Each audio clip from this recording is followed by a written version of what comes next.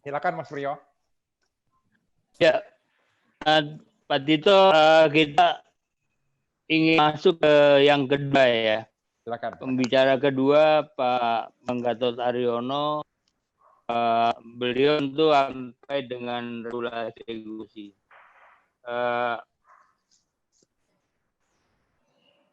Saya sejak dahulu Pak Tito, kurikulum vitae beliau satu di Geologi UPN tahun 80, melanjutkan ke Magister Manajemen Keuangan di Jakarta.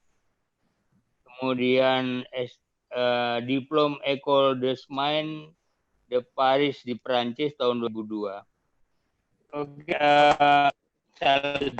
beliau pernah jabat Direktur Pengusahaan Mineral dan Batu Bara, kemudian Sekretaris Badan Dik DSM, Staf Menteri Bidang Ekonomi, Sekretaris Dewan Energi Nasional dan Dirjen Minerba tahun 2015 sampai 2020. Saat ini menjabat sebagai komisaris perusahaan di Inalum dan pernah menjadi komisaris PT Timah dan PT Antam. Pak Mangga, persilakan Pak. Silakan Pak Gatot Aryono untuk di-share, ada bahan yang mau di-share, silakan, bisa sudah.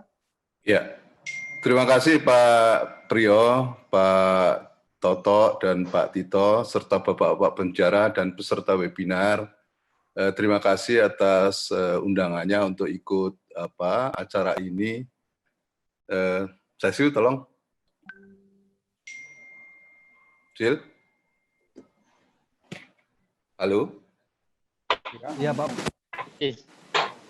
Cecil, silakan Cecil. Ya. Bapak Ibu sekalian, karena saya ini diundang untuk menyampaikan sebetulnya masalah regulasi, seperti kita ketahui sekarang telah terbit Undang-Undang Nomor 3 Tahun 2020.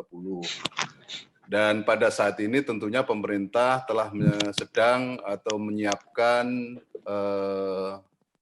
peraturan pemerintahnya sebagai implementasi daripada undang-undang tersebut. Namun demikian pada saat sekarang saya ingin menyampaikan paparan yang berbasis pada hulu daripada nikel. Jadi saya akan informasi bagaimana perkembangan daripada potensi dari nikel serta perkembangan dari smelter ataupun produk-produk yang masih berupa produk intermediate yang tadi juga disampaikan Pak Sukiyar. Dan ini adalah merupakan PR selanjutnya yang menjadi tugas pemerintah maupun pihak swasta untuk bagaimana tidak hanya melakukan ekspor, apakah itu yang intermediate produk maupun produk-produk yang masih hulu. Silakan Cecil. Jadi saya akan mulai beberapa topik yang bisa saya sampaikan untuk bahan diskusi dari para pembicara maupun para peserta. Bapak-Ibu sekalian, lanjut.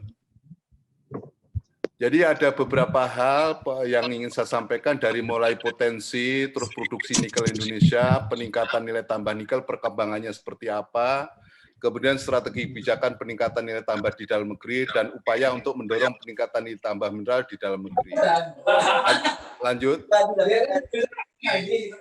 Jadi kalau kita lihat di sini Pak, jadi kalau saya tidak bicara masalah sumber daya ya, karena masih diupayakan berubah menjadi cadangan. Kalau cadangan kita berdasarkan data yang ada di Badan Geologi itu kira-kira 4,5 miliar, 4,6 miliar ton biji. Ini terdiri dari yang mungkin kadar lebih besar 1,7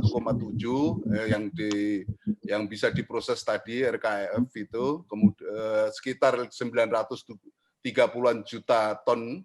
Kemudian biji, kemudian yang untuk lebih kecil 1,7 itu kurang lebih 3,6. Memang besar sekali yang tentunya yang di bawah 1,7 yang pada saat ini belum dapat diproses, hanya beberapa saja yang sedang akan mulai memproses.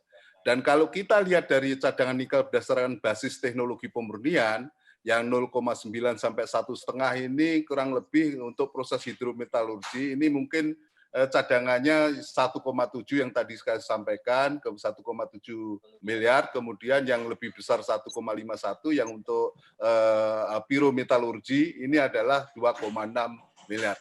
Jadi inilah kondisinya. Lanjut. Ini adalah gambaran daripada kondisi sekarang di mana cadangan terkira dan terbukti yang warna biru. Kemudian yang hijau ini adalah cadangan terbukti, dan kemudian yang kuning adalah kapas input smelter yang ada sekarang, yang diperkirakan sampai 2052 ada kurang lebih 50-an perusahaan kalau jadi itu. Nah, yang merah adalah kapasitas produksi sekarang ini. Ini sampai kalau kita lihat di sini pada tahun 2022 nanti kita kapasitas produksinya sudah mencapai 79 juta ton biji. Lanjut.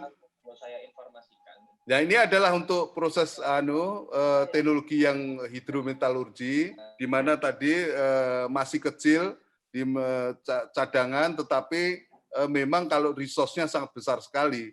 Dan kita lihat di sini kapasitas smelter pun yang dibangun masih kecil sekali, tidak seperti yang tadi, yang pirometalurgi, sehingga inilah yang perlu dikembangkan ke depan. Pada nanti di belakang ada kami sampaikan pada faktanya, ini baru beberapa perusahaan yang melakukan permohonan untuk aplikasi pembangunan hidrometalurgi untuk proses smelter. Lanjut. Nah, ini adalah lokasi potensi sumber daya maupun cadangan. Memang yang di sini yang belum kelihatan ini di Papua. Sebetulnya Papua di Lawrence, di Pegunungan Lawrence ini sebetulnya ada di sebelah utara pantai Papua ini. Tetapi yang baru kelihatan adalah terutama di Sulawesi Tenggara, Sulawesi Tengah, dan Halmahera, serta bagian kecil Papua Barat. Lanjut. Nah, ini adalah kalau potensi nikel yang terhadap posisi nikel yang ada di dunia, sebetulnya Indonesia mempunyai potensi yang cukup besar, yaitu kurang lebih 24% daripada potensi dunia, kurang lebih 21 juta ton biji, ya 21 ton juta logam maksud saya. Nah, ini sebagai comparative advantage yang memang harus dimanfaatkan bagaimana industri yang berasal dari nikel ini dapat dikembangkan di Indonesia. Jadi kita tidak hanya mengekspor produk-produk yang untuk industri, misalnya tadi sampaikan NPI, ferronikel, nikel matte yang diekspor, tetapi harusnya industri itu dibangun lagi di Indonesia, dan itu menjadi PR kita semua. Lanjut. Nah, ini adalah produksi nikel, ya. Ini adalah dijelaskan sih sebetulnya sama dengan yang slide sebetulnya, itu nikel matte yang masih kecil, ya. Kemudian ini angkanya di bawah ini, kemudian NPI yang warna abu-abu, kemudian yang kuning adalah ferronikel yang mungkin ini menjadi kita bisa lihat perkembangannya dari tahun ke tahun. Ini adalah 5 tahun terakhir. Lanjut. Ini adalah perkembangan pembangunan smelter sejak seperti kita tahu Undang-Undang Nomor 4 tahun 2009 sudah meminta atau memerintahkan atau mewajibkan untuk pembangunan atau proses pengolahan pemurnian di dalam negeri. Nah, dari perkembangannya memang kalau kita lihat di sini sejak 2012 ini mulai dari 3 smelter yang ada, ini adalah 1 tembaga ini smelting, yang 2 ini adalah di Antam dan di Antam dan Vale ataupun Inco dulunya, kemudian berkembang terus sampai puncaknya adalah di tahun 2015, kemudian naik lagi ke 2000 sampai pada saat sekarang ini kurang lebih mencapai kalau jadi itu 52 smelter. Memang yang sebagian besar adalah yang disampaikan tadi bahwa yang paling besar adalah untuk nikel sampai 29 smelter yang akan dibangun oleh perusahaan-perusahaan baik BUMN maupun swasta. Yang lainnya memang masih kecil-kecil, ya. Misalnya boksit ini kalau jadi di 2024 ini ada 9, terus kemudian besi 4, tetapi yang lainnya masih belum kelihatan, dan tembaga ini selain Freeport dan Aman jadi tambah menjadi 4 ini. Ini adalah perkembangan daripada, tapi khusus untuk nikel yang terutama diberi tanda kotak ini, kita juga melihat kemajuan pesat. Nah, nanti pertanyaannya adalah apakah kita akan membiarkan terus memberikan peluang untuk investasi di dalam membangun smelter yang hanya berbasis untuk produk-produk yang intermediate. Permasalahannya nanti apakah cadangannya cukup berapa lama itu yang jadi. Tadi sudah disampaikan cadangan itu kalau yang pirometalurgi dan hidrometalurgi sangat berbeda. Ya, jadi ini yang perlu menjadi pertimbangan, apakah kita akan terus membuka investasi baru untuk smelter, membuka lain lagi, atau kita justru yang bagaimana memanfaatkan yang sudah diproduksi, nanti di bawah ada, diproduksi itu harus diolah lagi, bukan menjadi bahan setengah jadi yang akan diekspor. Lanjut. Nah, ini adalah ini saya kira nanti bisa dilihat sendiri saja. Jadi ini adalah posisi-posisi daripada smelter yang ada sekarang. Ada beberapa perusahaan ini memberikan gambaran. Memang yang paling banyak ada di Sulawesi Tenggara dan Sulawesi Tengah. Yang lainnya di Halmahera. Ini yang paling utama. Tapi ada beberapa yang lain di tempat lain. Lanjut. Nah, ini adalah progres pembangunan penjelasannya ya. Jadi jumlah proyek ini ada yang 19, ini adalah untuk peningkatan ini nikel, yang lebih kecil 30% ada, kemudian yang progresnya 30 sampai 90%, kemudian yang lebih besar 90. Nah, ini adalah kapasitas inputnya 46 ditutup ini. Dan total rencana kapasitas produksinya adalah 3,2 juta ton per tahun. Ini adalah perusahaannya yang yang menjadi membangun dan ini adalah perusahaan-perusahaan juga, ada 9.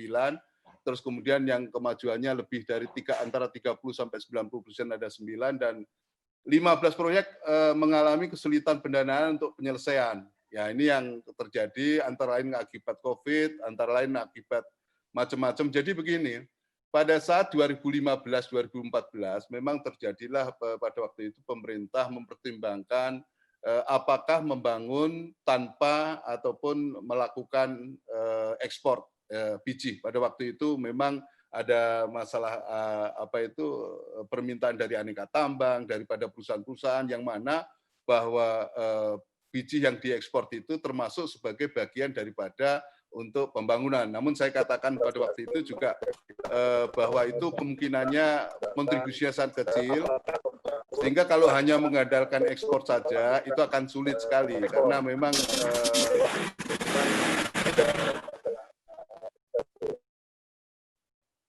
ini akan sulit sekali, dan oleh karena itu pada saat ini yang perusahaan 15 proyek yang sejak November 2019 di stop ekspor bijinya, 15 proyek mengalami kesulitan pendanaan. Kami di pemerintah berusaha market sounding kepada para investor, namun demikian sangat sulit sekali mendapatkan investasi untuk 15 proyek yang memang kekurangan pendanaan ini. Lanjut.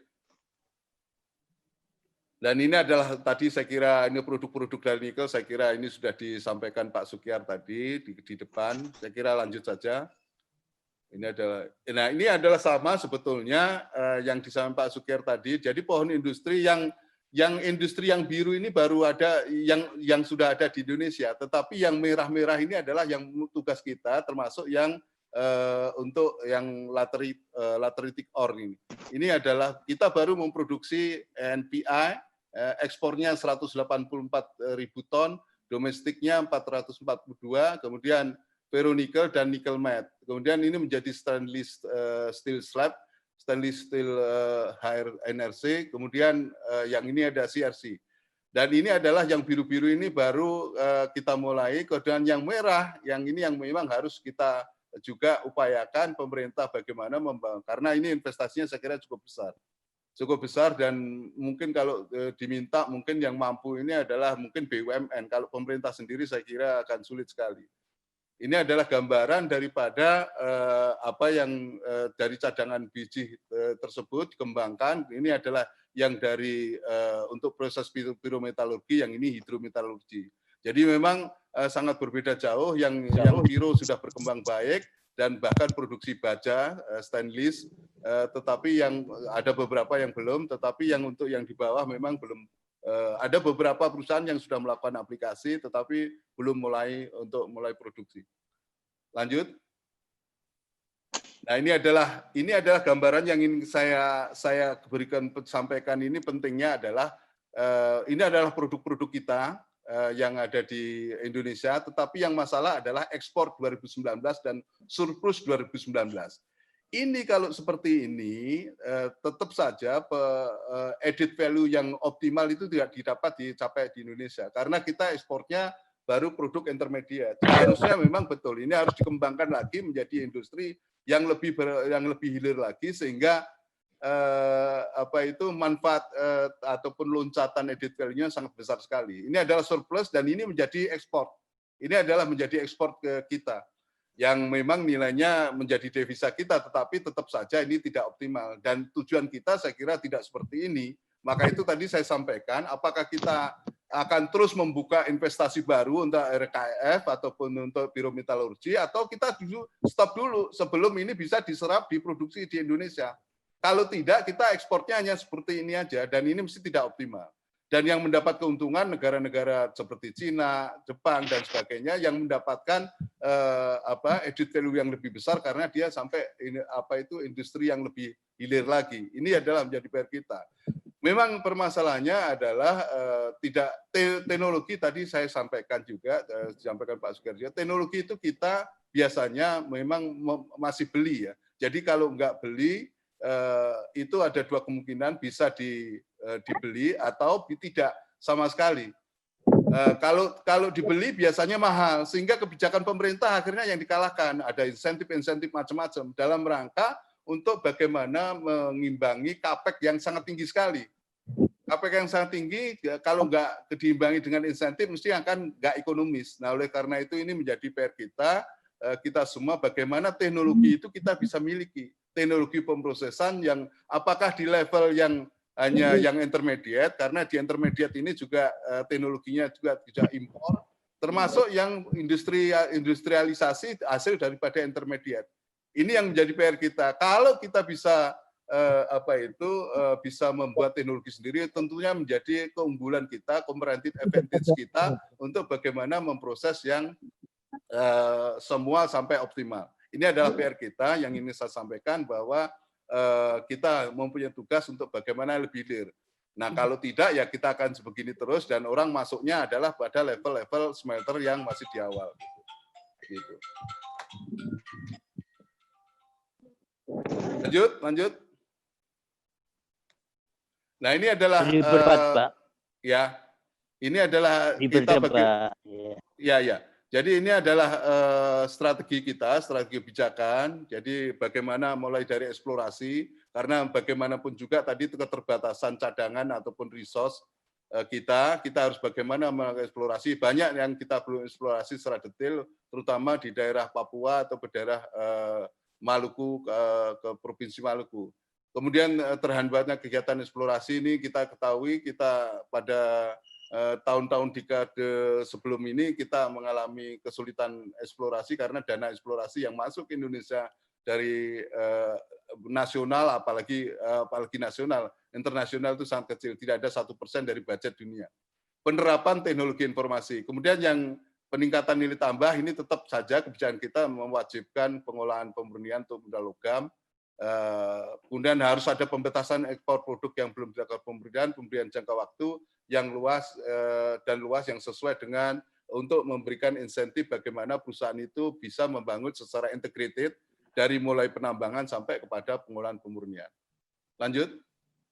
Nah, saya kira ini Pak, saya kira sudah tahu semua aturan-aturan ini. Saya kira itu Pak, ya hal-hal yang dapat dengan kesimpulan langsung catatan kami adalah bahwa memang kalau dari sisi cadangan kita sebetulnya harus mempunyai comparative advantage yang bisa dimanfaatkan sebagai negara industri yang berbasis nikel ya, dengan kondisi sekarang produksi-produksi yang dihasilkan NPI, ferronikel dan nickel matte itu selalu kebanyakan diekspor Pak. Jadi oleh karena itu perlu adanya dorongan dari semua pihak untuk bisa memproses daripada produk-produk intermediate. Nah, ini yang sudah mulai baja, stainless steel yang sudah ada di IMIP.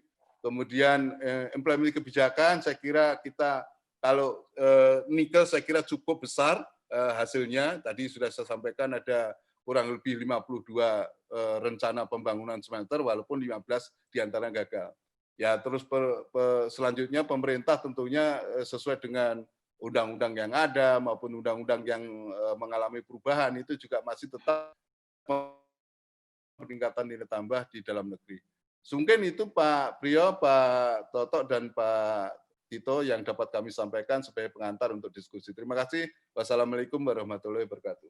Luar biasa Mas Priyo. Luar biasa. Mas Priyo, kira-kira tadi kalau kita simpulkan 1 menit sementara ini dari Pak Sukyar tadi mengatakan bahwa hilirisasi tambang itu atau mineral ini nikel yang paling maju di Indonesia hilirisasinya, dan benar tadi Pak Gatot baru saja memaparkan added value sudah diberikan, bahkan sudah surplus ekspornya kan begitu ya, membantu surplus ekspor Indonesia. Namun, nah ini Pak Gatot memaparkan juga bahwa saatnya Indonesia naik kelas. Jadi kalau sekolah udah lulus Mas Priyo, tapi nggak cukup, mesti ada sekolah lanjutannya lagi S2-nya, yaitu memberikan lagi tambahan added value bagi produk-produk yang sudah berhasil kita ekspor itu. Nah ini tantangan, benar Mas Priyo ya, yang akan dijawab terus oleh narasumber.